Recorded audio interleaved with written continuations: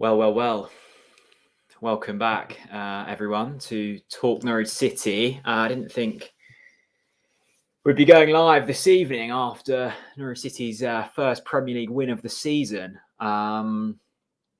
against Brentford, but here we are. Norwich City have sacked head coach Daniel Farke after two championship winning campaigns and his second Premier League campaign at the moment. Norwich City sit bottom of the Premier League on 5 points. Of course, they picked up their first win of the season today, but that wasn't enough for Daniel Farke to keep his job. Shock timing. I don't think anyone expected it to come tonight, but it has.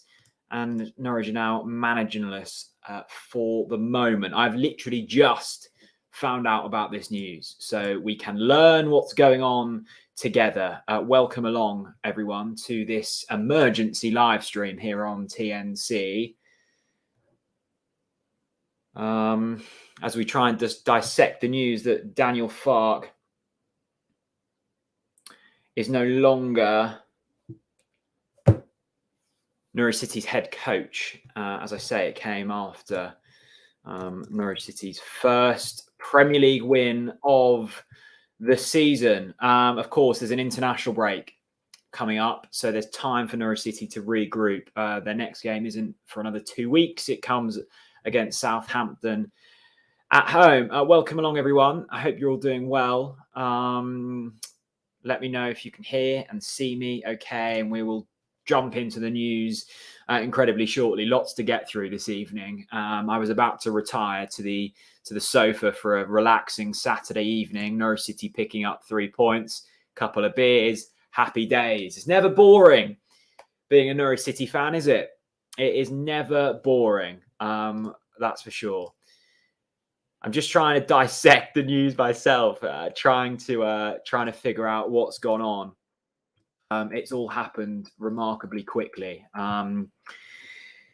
What do we think? Well, this is the question mark, isn't it? Who's next? I don't know. But both Daniel Farke and his backroom staff have all gone. That includes Rima, Domagala, all gone. Complete overhaul in the Norwich City backroom staff. According to the board, they were not happy with the way things were going this season. Let's try and get some reaction then from Michael Bailey. Just having a look on The Athletic now. Fascinating turn of events this evening, as you can tell, kind of lost for words. Just trying to work out how all of this has happened. I must say, when Daniel survived the Leeds game, I thought, okay, he's going to get at least another 3 weeks. Today's game against Brentford, Southampton, and Wolves, and I thought if he wasn't to pick up adequate results in them games, then there may be a chance that he may go. I was never of the belief that he was unsackable. I know some people thought that. The things I was hearing and seeing, that was never the situation for Daniel. Not this season anyway.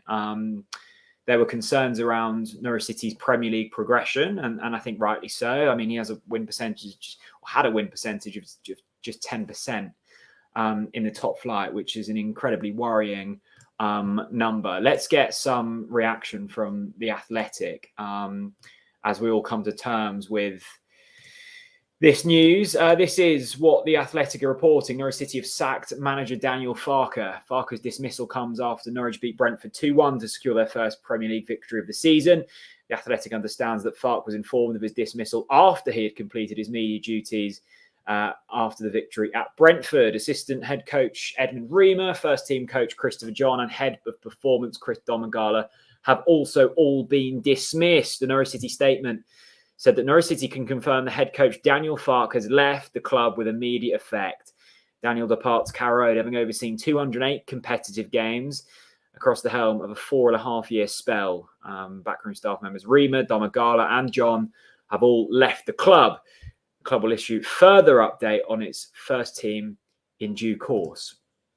There we go. That broke around 7:30 this evening.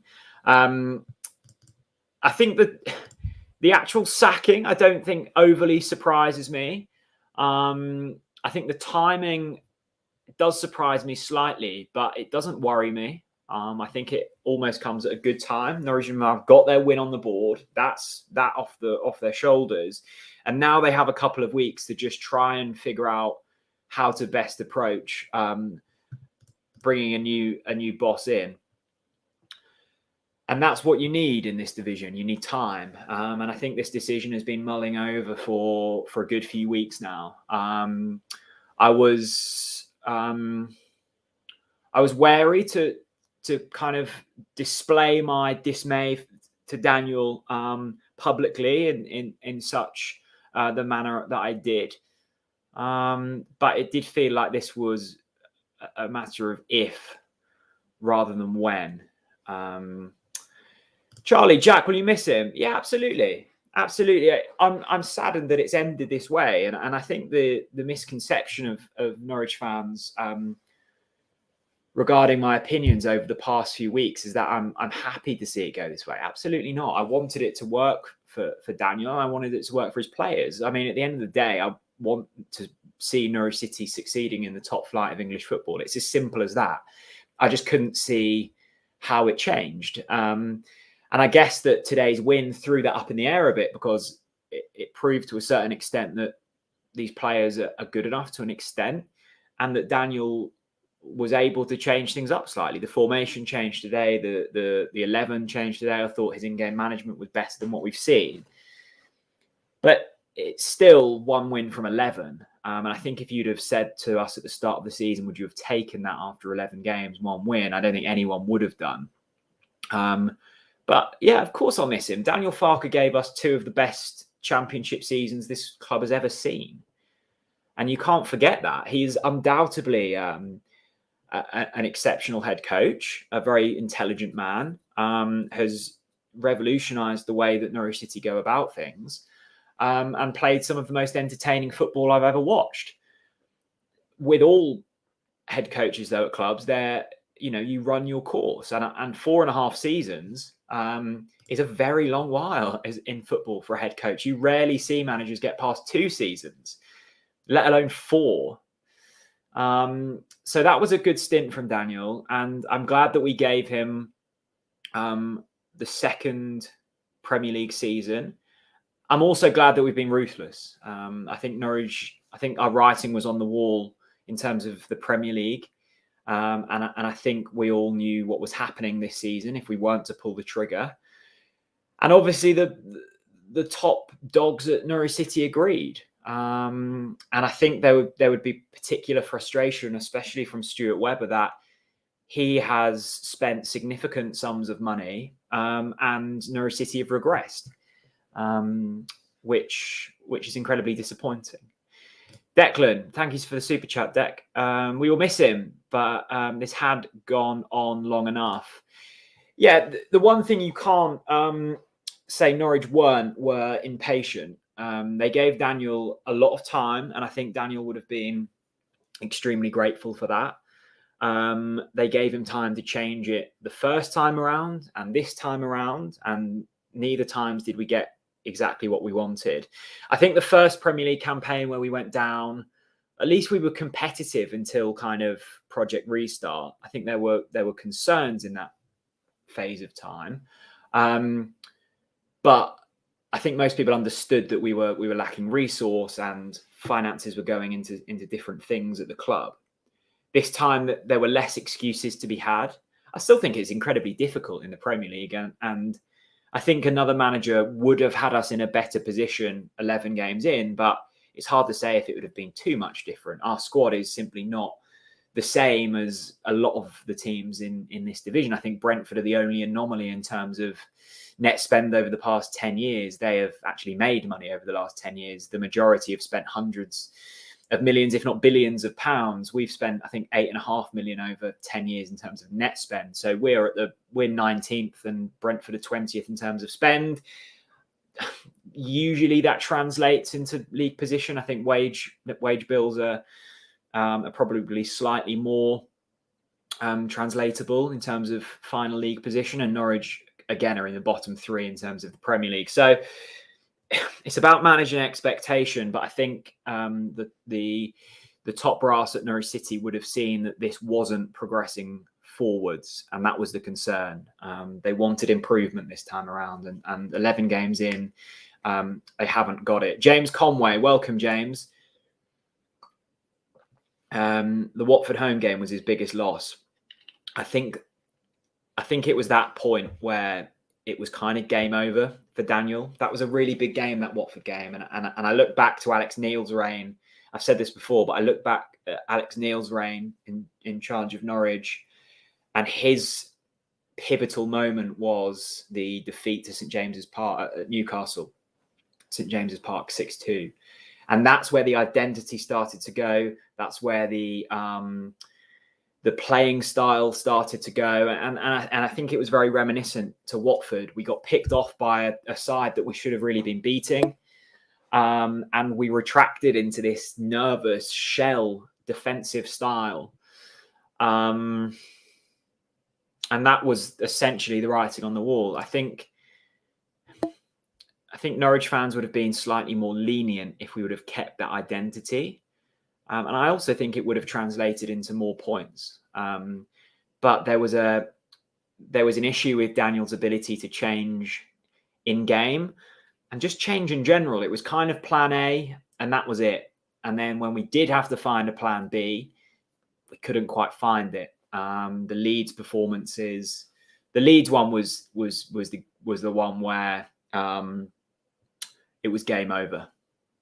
Leeds was writing on the wall, and I think I don't know if people were shocked to see me come out so publicly in terms of Farke out, but it was never going to work from that point. It just wasn't. The fans had gone. I think the board was starting to go. It was a dismal day, that, and unfortunately that was the writing on the wall. And I suspect that the decision today would have been made regardless of the result. We won. He still got sacked, so he would have definitely gone if we were to lose today. Ryan Webb, poor timing, but ultimately the right decision. 6 wins in 49, not good enough. Yeah, what is it? Just over a 10% win percentage. That's the worst of any recent manager in the top flight for managers that have managed over 5 games. I get the point, Ryan, around poor timing. I wouldn't describe it as poor. I think it's good timing in terms of finding a replacement. I suspect there's already a placement in line. I don't know who that is. I know that Neil Warnock has just left. Steve Bruce is out there. Nuno. Eddie Howe's, of course, now gone to Newcastle.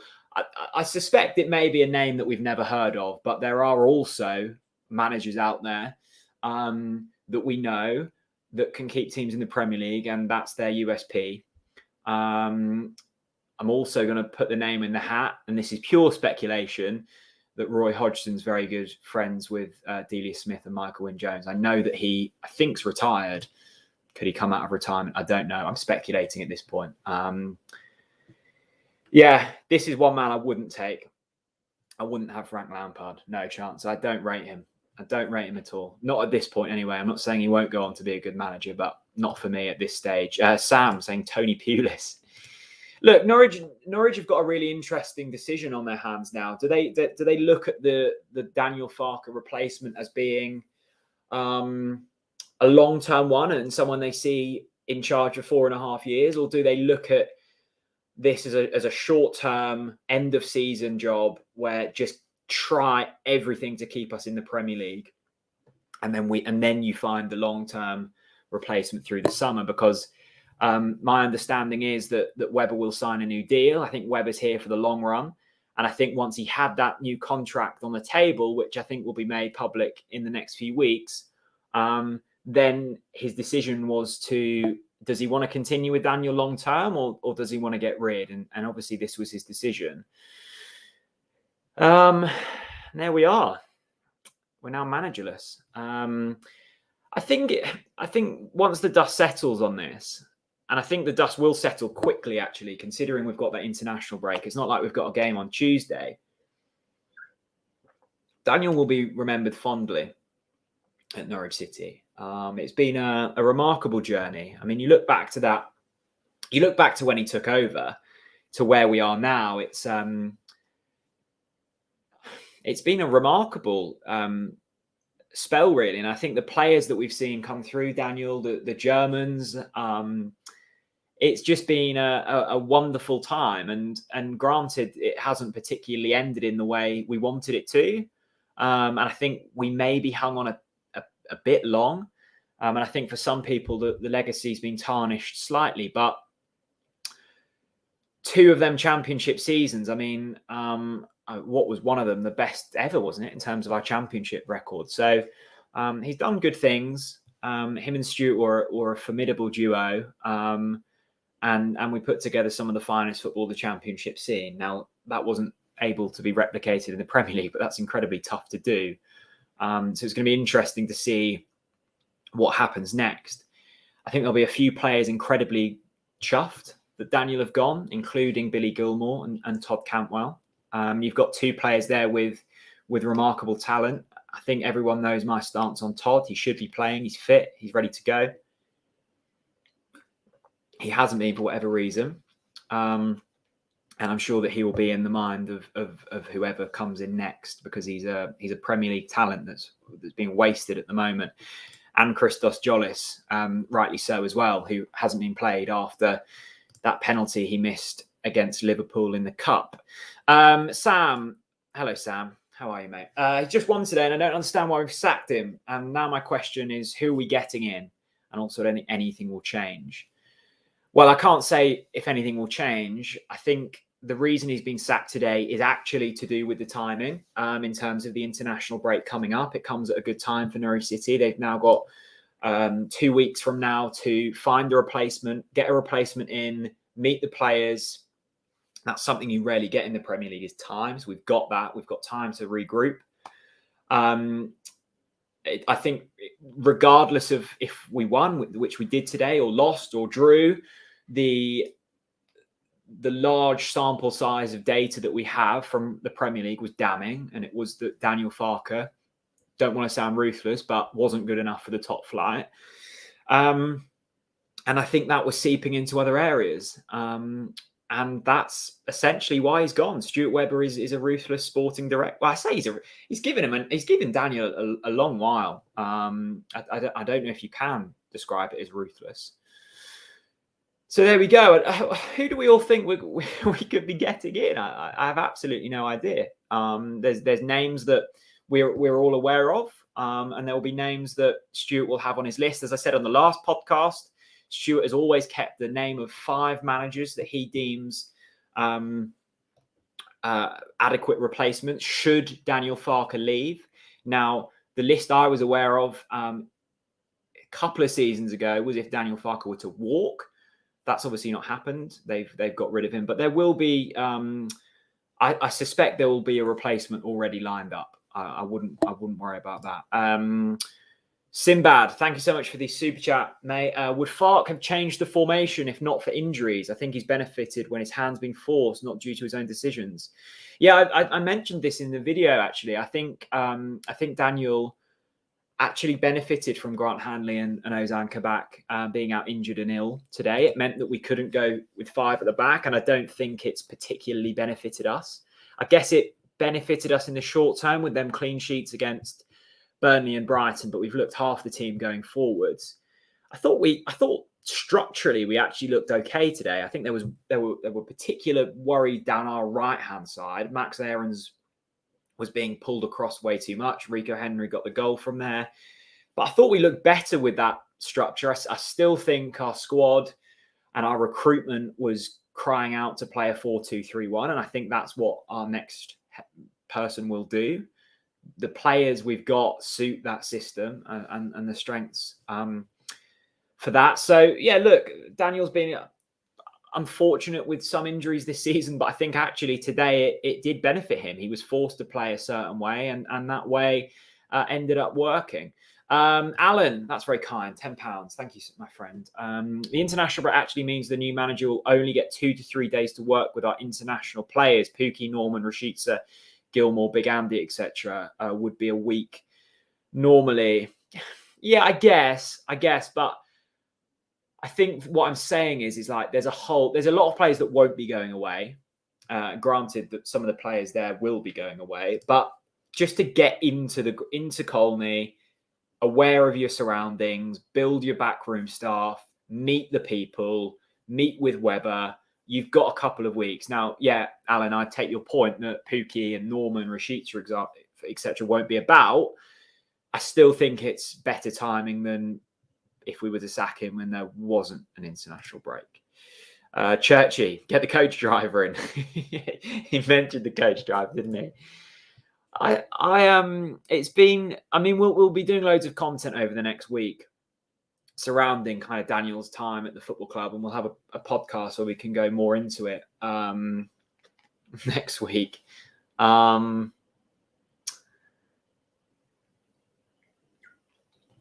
But it's just been such a topsy-turvy ride with Daniel. Like, there's never been a dull moment. I remember very early on going away to Millwall. What was this, like 2017?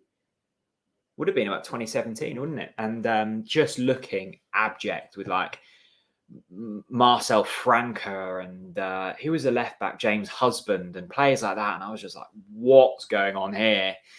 And then that season was up and down, and 18-19, genuinely don't think that will be topped for me. It came at a great time in my life. There were just spontaneous away days. You had just a crazy side with Stiepermann and Pookie and Buendia, all these players we'd never heard of. And it was just a cacophony of chaos.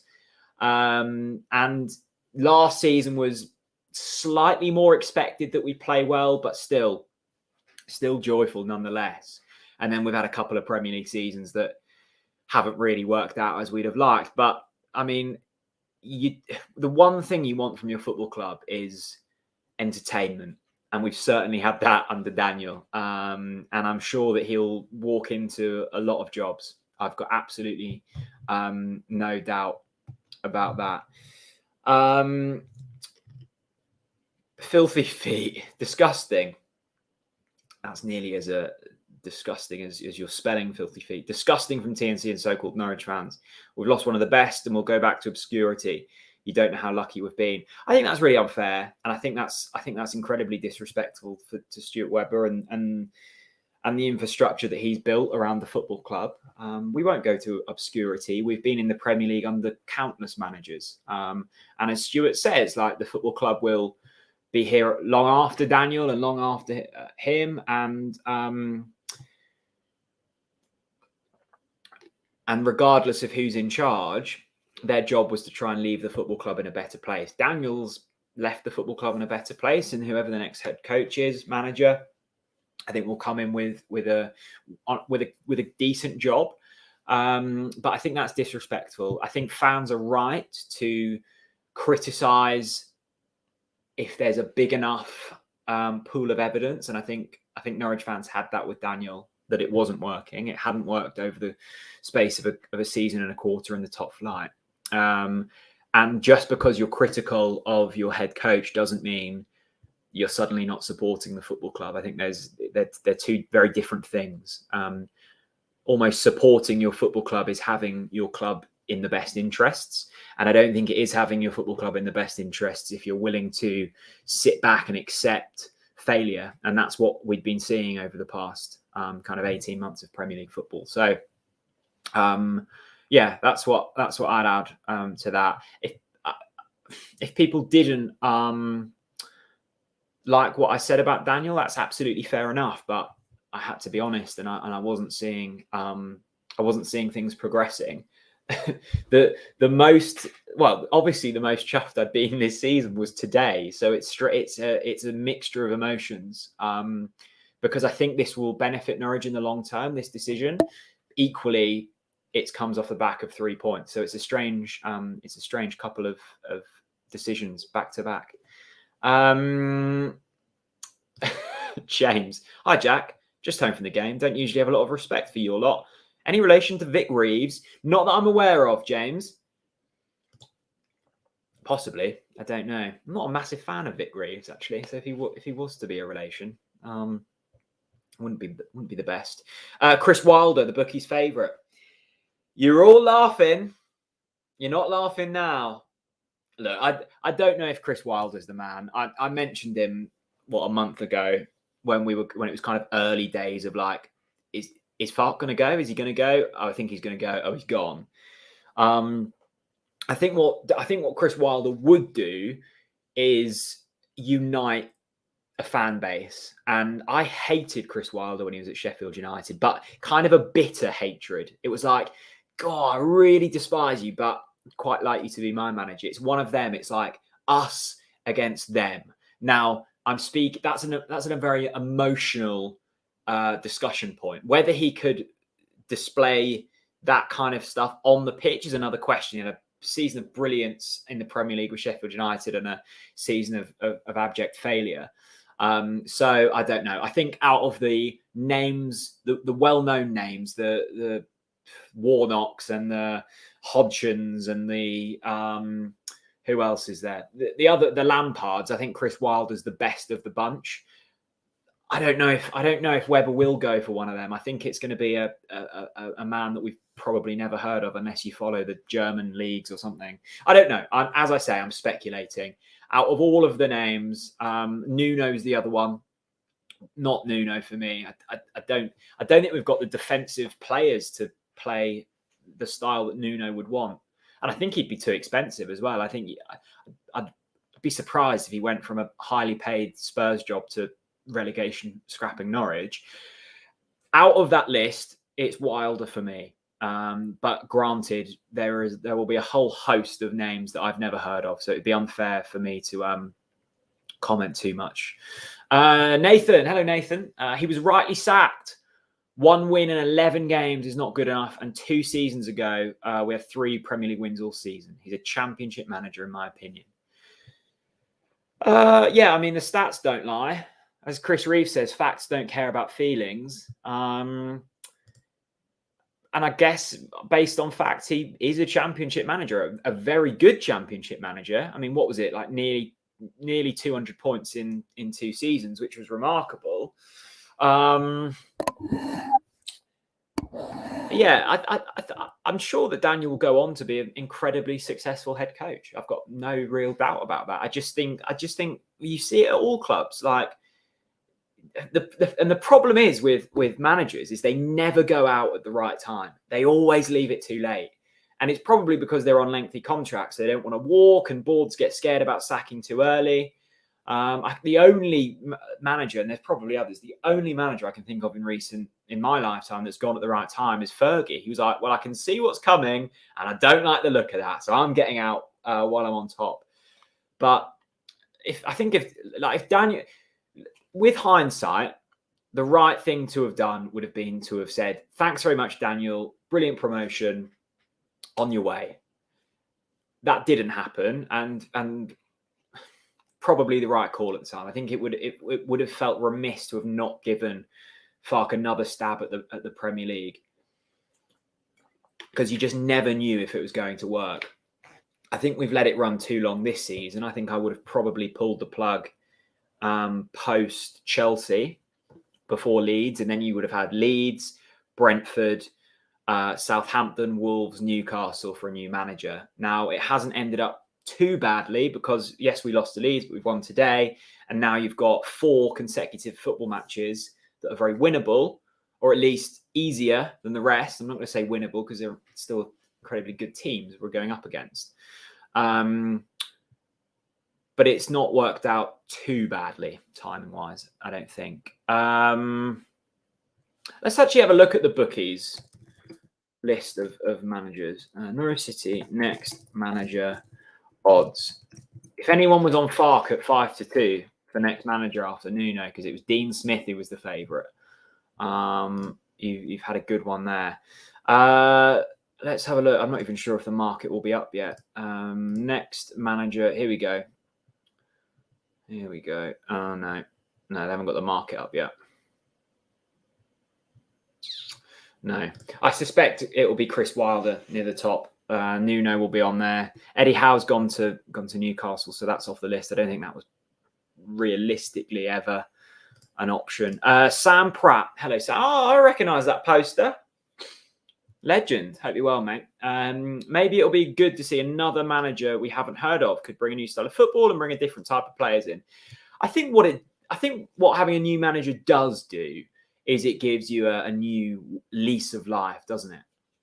And I think that's all a fan base wants. It wants to be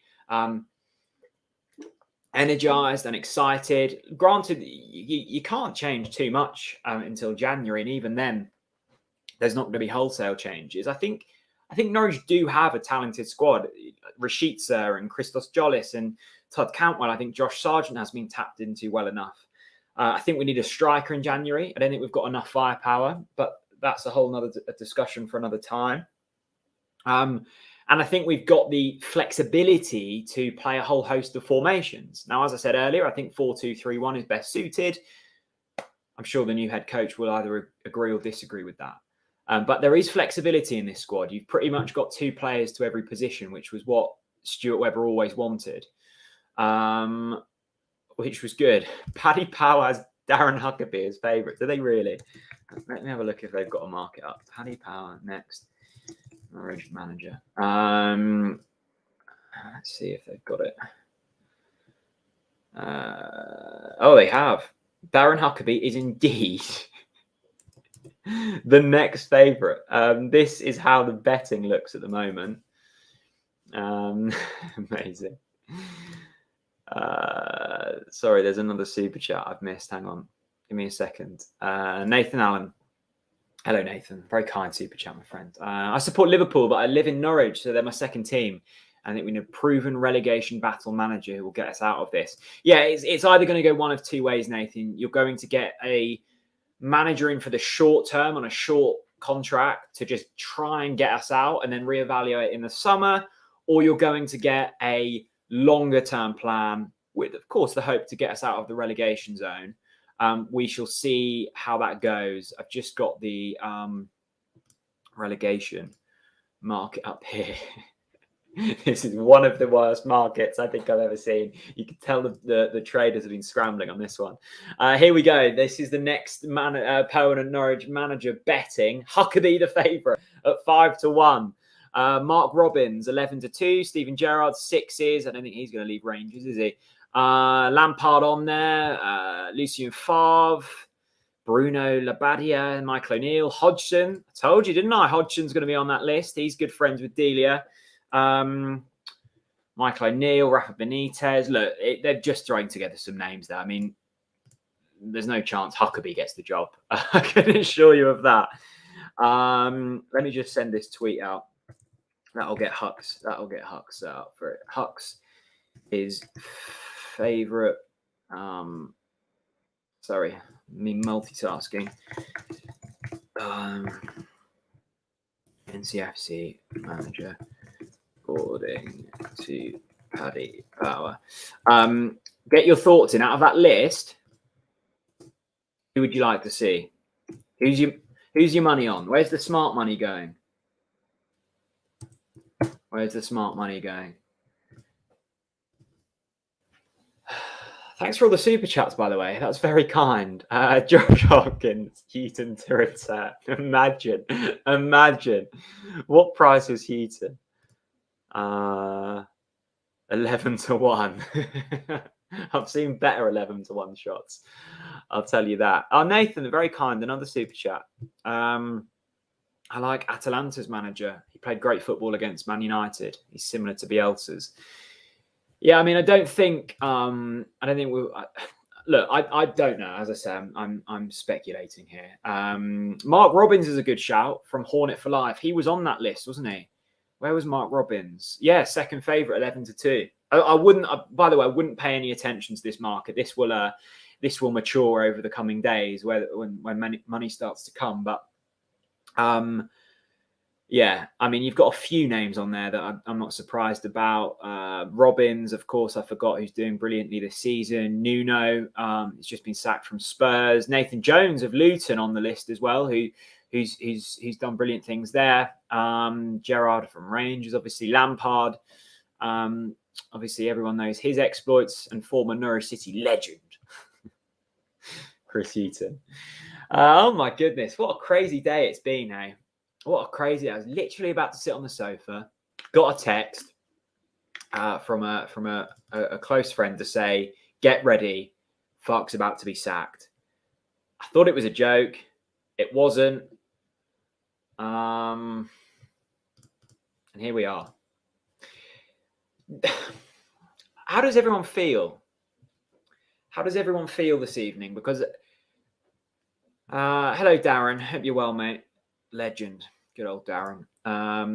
Well done, Norwich. The right decision. This would have been a really difficult decision for Stuart Webber as well, because obviously Stuart was known before Norwich City. Like, he'd done well at Liverpool and Wrexham and Wolves, wasn't it? But this was Huddersfield, of course, where he got them up.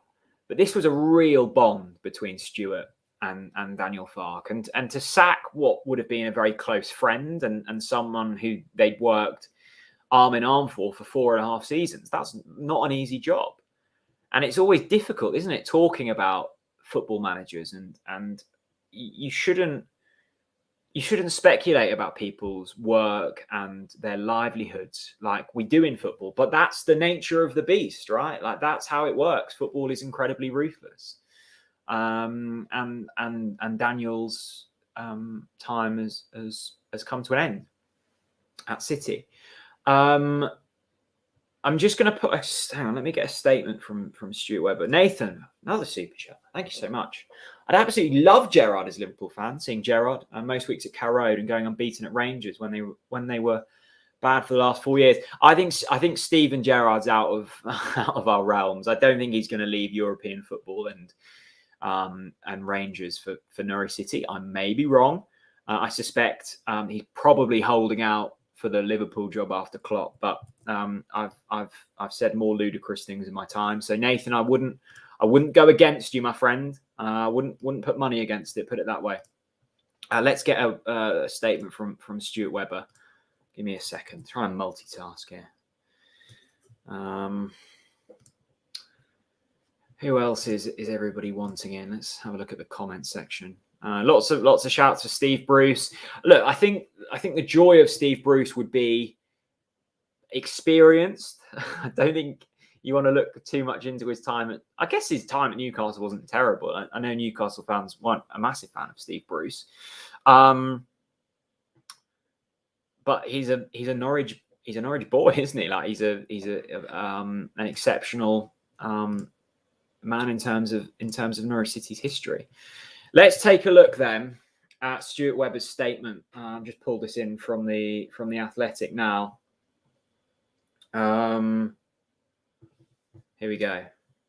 Sporting director Stuart Webber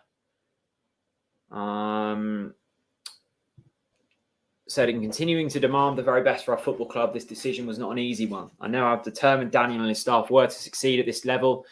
We feel now is the right time for change to give ourselves the best opportunity of retaining Premier League status. All at Norwich City should be forever grateful for Daniel and his staff for the significant role they've played in our journey. They helped deliver 2 championship titles, many memorable moments, and they all fully bought into our philosophy and what it means to be part of this football club. Daniel and his staff will always be welcome back. I'd like to take this opportunity to thank them for all of their hard work and wish them well for the future. It's important that we now look forward with 27 league games remaining and a long way to go in the current season. We know we have the ability within our playing squad and staff to start picking up points and climbing the league table. Norwich currently sit 19th in the Premier League table, having gathered 5 points from their opening 11 games. Quite an emotional statement that from Stuart Webber, but in classic kind of Stuart Webber tone. That's what I never fully understood when people said, oh, he's unsackable, they're not going to sack him. Stuart Webber is one of the most ruthless operators I've ever spoken to.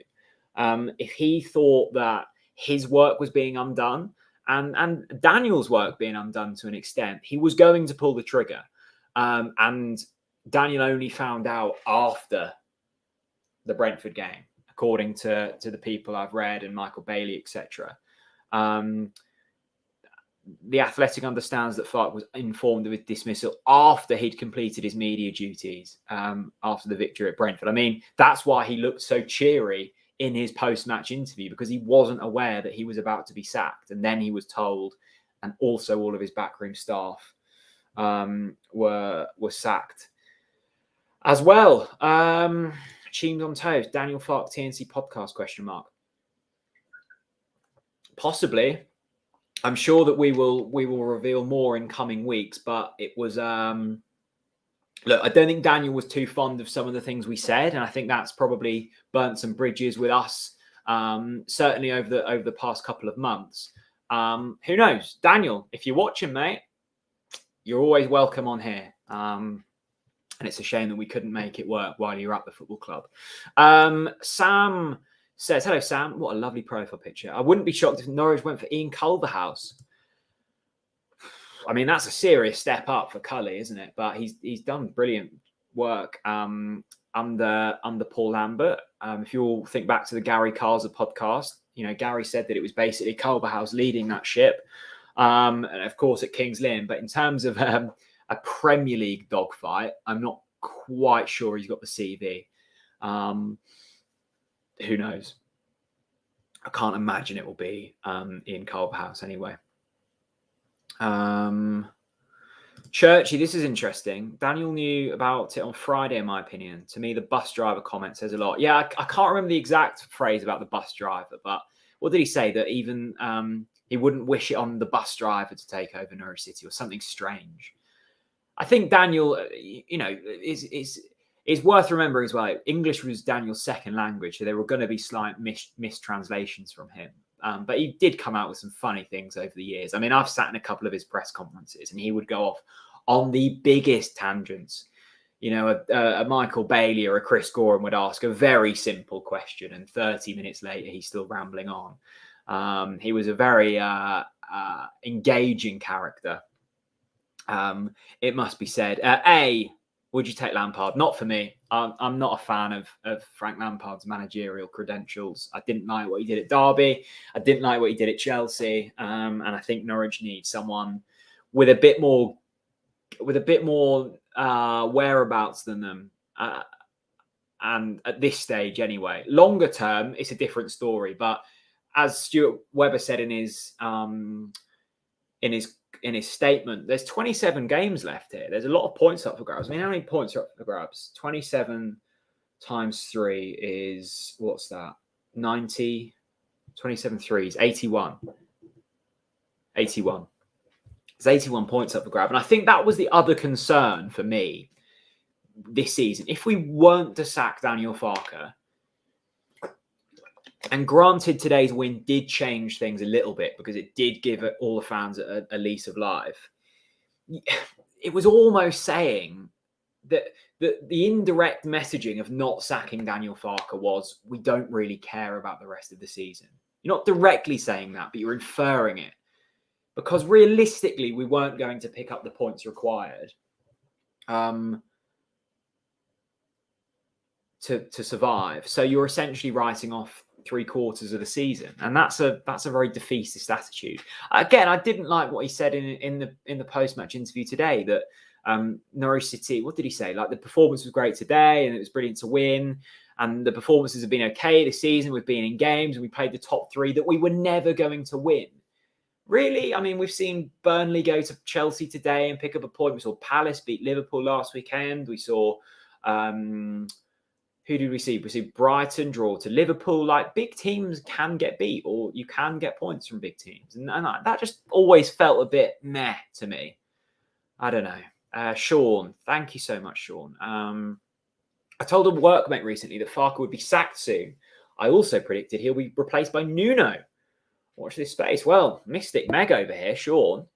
I would be surprised if we got Nuno. I'm not writing it off. I would be surprised. I don't think Nuno plays the style of football that Webber likes, having looked at the football that Webber wanted at Huddersfield and also at Norwich City, a very expansive style. Granted, it's become slightly more contained in the last kind of 11, 12 games, not really by choice. Yeah, I don't think Nuno quite fits personally. But granted, he did brilliantly at Wolves, didn't he? Matt Vitesse, great point, Matt. We did beat Manchester City last time we were in the Premier League. So to write off games against big sides and not only short-sighted, but incredibly defeatist. I didn't quite like them arguments. I knew I would see this name. Nathan, hello. Russell Martin, currently managing Swans Alona. I think it's too early for Russ. I think Russ would think it's too early. It would be an incredibly difficult job for Russ to take on. I think he likes the project he's got at Swansea. Much like a Gunny, though, if Norwich came in to Russ and said, come and manage us, he's not going to turn it down. I think for Russ's sake and for the football club's sake and for Russ's status, it would be silly to take the current job. Give him 3-4 years, though, and I think that will happen. But it doesn't feel right at the moment. I think you've got probably, aside from the managers that I don't know, and that Stuart Webber gets paid large sums of cash to know, you've probably got a list of about 4-5 realistic options. Chris Wilder, Mark Robbins, Steve Bruce, Roy Hodgson, possibly Neil Warnock. I don't know. I think out of all of them, Wilder is the not too good to be true. That's the one that makes sense at the moment. Mark Robbins, another. Anyway, we're just throwing names about here. I think let's make this about Daniel Farke. Farke's gone. If you're just joining us, welcome. It was meant to be a relaxing Saturday evening. Norwich have beaten Brentford 2-1 today. Goals from Matthias Norman and Timu Pukki.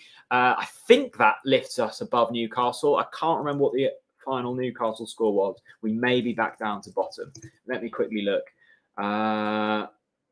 Table. Yes, we are back down to bottom. Thank you very much, Newcastle. So we are still bottom, but we have now got 5 points on the board. And Daniel Farke was told that he was going to be sacked after the game. I found out about, 7 o'clock? And here we are at 8:30 discussing the end of Daniel Farke's reign at Norwich City. Simon Duarte. Most of these names mentioned are unlikely to work with Webber. Interesting. It'll be someone unheard of. I would like Mark Robbins, but unlikely. Yeah, that's the other. That's the other thing. Like it's a unique setup that Norwich have got in terms of you haven't got complete control. Stuart Webber's got a big say. I do think that that's the way football's going. I think it would be silly for a manager to say, no, I'm not working under that. I actually think Norwich is a really good job to have. Incredibly secure, never sack managers quickly, a bit of a budget. It's quite a comfortable job, I think. It's not like a Watford where you're going in and it's like, if I don't prove myself in 8 games, I'm gone. And you've got a bit of a project, right? So I think I don't think it's all bad, and I think you'd be surprised at the amount that would be willing to work under Stuart Webber. I really do. Before we get on to Ricky, Stuart Webber and Chris Wilder in a boardroom would be carnage. They are two of the most forceful characters probably out there, but I'd love to see it. Ricky, I've never been so confused. Toothless performances all season. First win, then sack him. I reckon the decision had already been made and he was a glorified caretaker manager for this game. Yeah, I mean, the decision would have been made prior to today. And I probably think that they weren't expecting the result that we got. The timing from the outside looking in does feel peculiar. But as I've said multiple times on this stream, you've now got 2 weeks to solidify and regroup and find the replacement. I think there will already be a replacement lined up. I can't imagine Stuart holding off this long and then sacking someone without someone in mind. I think that he would have wanted to get rid of Daniel post Chelsea if there would have been a replacement there. I'm taking an educated guess at that. But yeah, I guess it is confusing to some extent, like best performance of the season and you get sacked. But that's football for you. That is football for you. Christopher Rain. Hello, Christopher. Hope you're well, my friend. I think Webber will take another unknown from Germany. Yeah, probably. I think the smart money's on that. Like I've said, you can band about all of the names, all of the current managers up for grabs in England at the moment. The likelihood is it will be someone we've probably never heard of, and that probably will be the correct decision. As I say, like you look down the list of managers and you're like, not sure, short term, not sure. So it will, and this would have cost like a significant amount of money. Now I suspect that the contracts drawn up when Farke was given a new 4-year deal would have been clever. So it's not going to be a huge payoff, but this will be a financial hit to Norwich for getting rid of Daniel, because he was on a 4-year deal, which is lengthy for managers. So they've taken a hit to try and improve here. And I can only respect that, I must say. Oliver, he wants Zidane. I think we're too good for Zidane, Oliver. Thanks so much for getting in touch, though. I really appreciate it. Young lad. Hi, Jack. Big fan. Thank you so much, young lad. What's your honest thoughts on Omar Bamadeli? And could Ida flourish with a new manager? I assume you're Irish, with the Euros coming in and the interest in Ida and Omar Bamadeli. First up, I'm so sorry. I always pronounce Omar Bamadeli's name wrong. I always say Omar. What do I say? Omar Bama. I can't remember what I say now. Omar Bamadeli is, I think, on current form, our best centre-back. I really like him. He reminds me of Ben Godfrey. He's powerful. He's quick. He's good in the air. I think he's actually slightly more spatially aware than Ben Godfrey was at this age. I think Ida is in desperate need of a loan. I don't think he's a Premier League footballer at the moment. He could turn into one, but at the moment, I don't see enough from Adam Ida. But Big Andy is an exceptional talent, and I think we're really lucky to have him. And I'm pleased that he's starting. I'm pleased that he got that goal last week. It was a delightful header. And there are big things on the horizon for Andy. You see defenders, and you can almost just tell. I think you could tell that Ben Godfrey was going to go to the top, because not only could he play football, just athletically, just so good, quick, just a modern day defender, quick, good on the ball, powerful, strong, tall. He's got it all, that man. Trains outside of club hours, like committed, humble, everything you want. Big Andy's is the one, played very well today. Ida, great bloke, will score goals in the Championship, won't score goals in the Premier League. That's my take. Who else? Robin wants Donald Trump. I don't quite think that would work, Robin. Hope you're well, though, my friend. Go Van, odd timing for the sack. Yeah. Who do you appoint? I mean, we've gone over the timing thing a lot. I think it will probably... I suspect neutrals looking into Watford were like, when they sacked... what's his face? I can't even remember his name now. Kiko. Was it Kiko?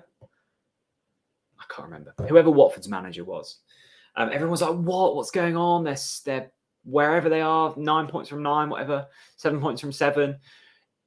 When you're in the mix, it does make sense. Like, you just have to look at Daniel Farke's record over the space of, what's it been? 50 games in the Premier League, just over a 10% win record, not really changing, philosophy's gone, 2-week international break coming up. It kind of does make sense. Daniel Farke. Hello, Daniel. I love this club. I love you all. I'm Norwich City for life. We love you too, Daniel. We love you too. Ricky, Sky Bet aren't offering odds on the next Norwich manager. Announcement tomorrow on Monday, ? David Wagner. Worked under Webber before. Yeah, it will take the bookies a while to price things up. Paddy Power have just thrown a road favourite in there, and Darren Huckabee, so they're not losing any money while they're finding prices. It's obviously come as a shock for them. There'll be a market up tomorrow, I suspect, or proper market. I don't think I don't even know where David Wagner's managing now. I haven't even thought about him. He's currently in charge of Swiss Super League side. Oh, he's managing young boys, is he? I wouldn't have thought we'd get Wagner from Young Boys, but maybe. Would Stuart want to go back to that? Possibly. Go back in again. Great knowledge, Owen. He knew they were at Young Boys. Hi, Jack. Any guesses when the new manager will be announced, or any inside news from friends? No inside news on the next manager. There were rumblings I were hearing from sources I know, people I know who I trust, that thought this, like, it was coming to the end for Daniel. But I don't think you have to be an expert to work that out. No, don't know anything on the upcoming manager. I will put some calls in after this and try and find something out, but I think they'll hold that close to their chests. In terms of an announcement, I suspect it will be next week. I am 99% sure they'll have someone lined up and ready to go, and then it's just timing, really, isn't it? Tim, after a win? ? Yeah, after a win. Go out on a high, Tim. Why not? I'm a big fan of the saying, you either live long enough. No, what is it? You either die a hero or live long enough to become the villain. And I think Daniel had lived a little bit too long in Norwich City duties. But today meant he could go out as a hero. We got the wave. Goodbye, Daniel. Thanks for everything you've done. We really appreciate it. There we go. As I mentioned earlier on in the show, there will be certain players that maybe not happy, but relieved. It's like when you're at work and you've got a manager that doesn't really like you and you're not getting your promotion or your pay rise, and then someone else comes in, you've got a new opportunity to prove yourself. The likes of Todd Cantwell, Billy Gilmore, Christos Jolis now have an opportunity to prove themselves. Todd Cantwell, I repeat, is fit, is ready to play for the first team, just has been excluded by Daniel Farke and is currently playing for the under-23s. That is, well, everyone knows he's fit. Like, you haven't got to know people to know that. You watched him for the under-23s last night. He hasn't been training with the first team. There's obviously, I'm not saying it's completely Daniel's fault. I'm sure there's other factors, but as I say, Jolis, Cantwell, Gilmore, you've got three players there who should be at least sniffing around the starting 11 and making appearances, and they've been nowhere near it this season, which has felt a real crying shame. Thanks to everyone for their super chats tonight. You don't have to, but Liam, thank you for the £1, my friend. It's really kind. It makes jumping back on worth it. Infinity Max. Absolutely devastating news, Jack, on what is a gorgeous Saturday night in Norfolk. Is it? I think it's raining here. Farke had Norwich's best interests at heart. Sad it's come to this, but it's the correct decision. I echo those thoughts, Max. Daniel always had Norwich's best interests at heart. There's no doubt about that. The man just ran out of ideas and things didn't go his way, and there was a whole host of reasons. But yeah, I've got no doubt that he had Norwich City's best interests at heart. All right, I'm going to do another 20 minutes, I think, and then we'll wrap things up, because I know that you have lives to lead and television to watch and fun to have, and you don't want to be with me all night. Let me quickly retweet this, and then let's do another 20 minutes. Dubai Canary. He's not died, Dubai Canary. Farke's not died. Don't worry about that. But it is a sad day in terms of Norwich City's history, I guess. I think with every ending comes a new beginning, and that excites me. There's always opportunity with new managers, and that's exciting. Look, this could horrendously backfire, but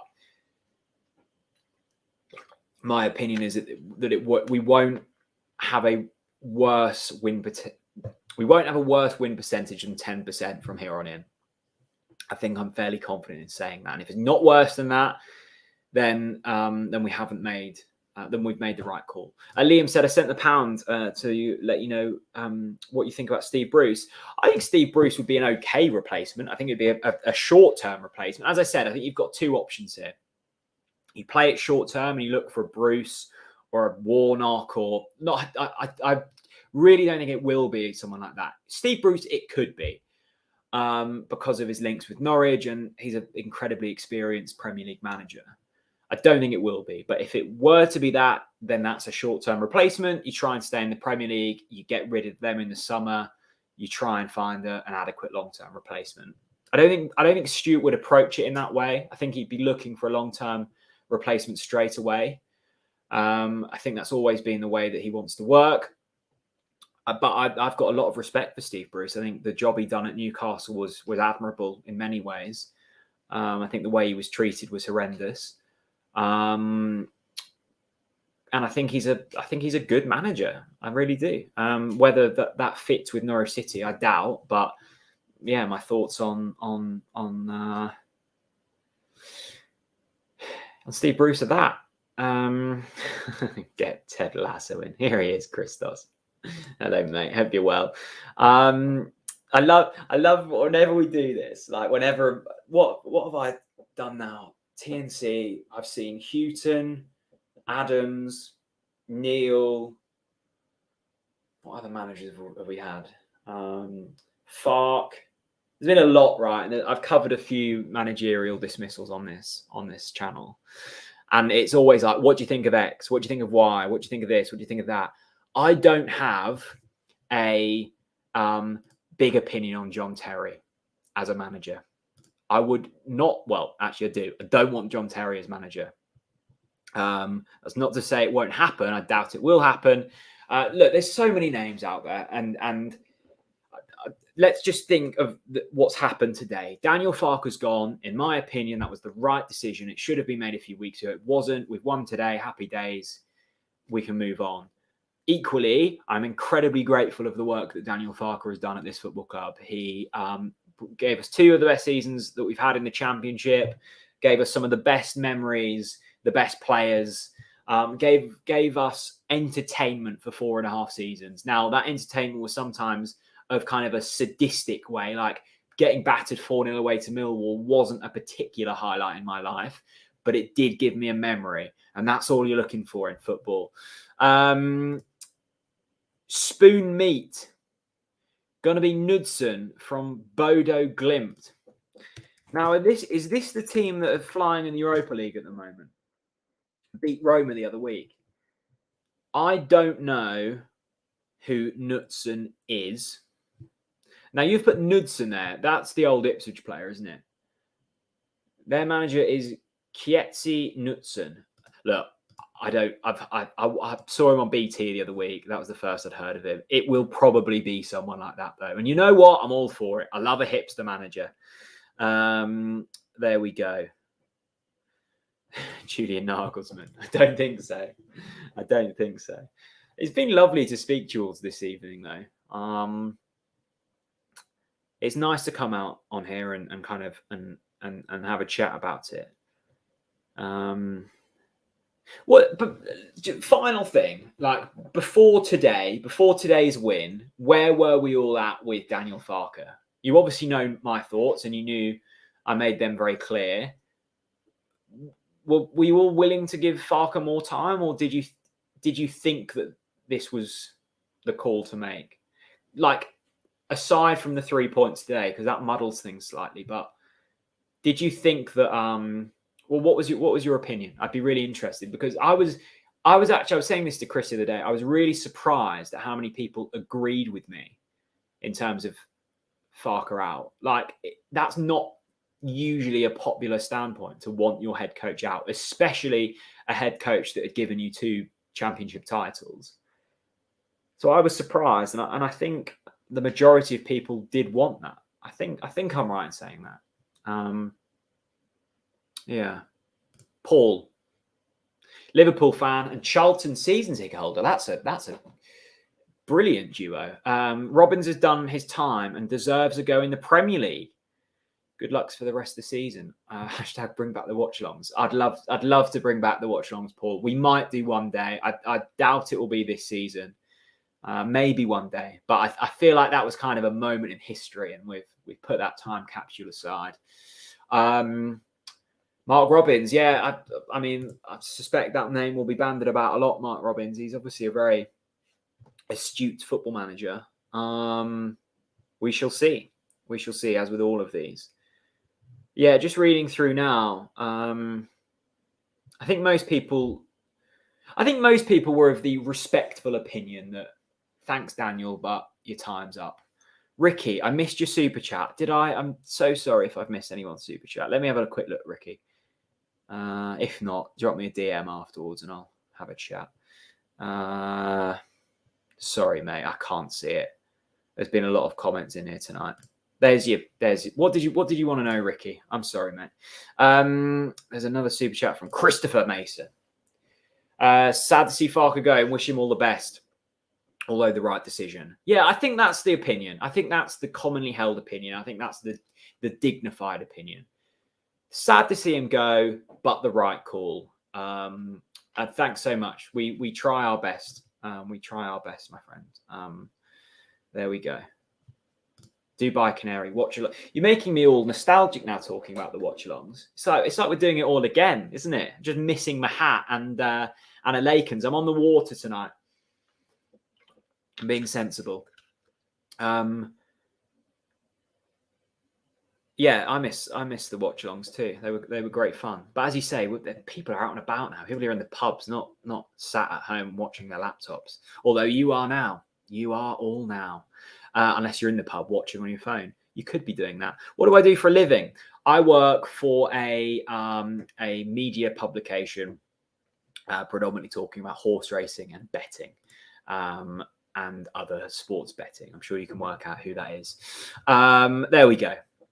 Thank you so much for final one. Where's Chris? Chris is visiting family in Essex today, so he's not about, but we will have an emergency podcast being filmed on Monday. So it'll probably be out Tuesday, I suspect. So you can hear from Chris then. That was the live stream for the news that Daniel Farke has been sacked as Norwich City head coach. And it came after Norwich City's first win of the Premier League season. You couldn't write it, could you? But there we go. I hope you've enjoyed it. I hope you have a lovely evening. Stay safe, stay well, look after yourselves, look after each other. And we have got a busy few weeks ahead as Norwich City look for their next head coach. Love you all. See you later, everyone. Bye-bye.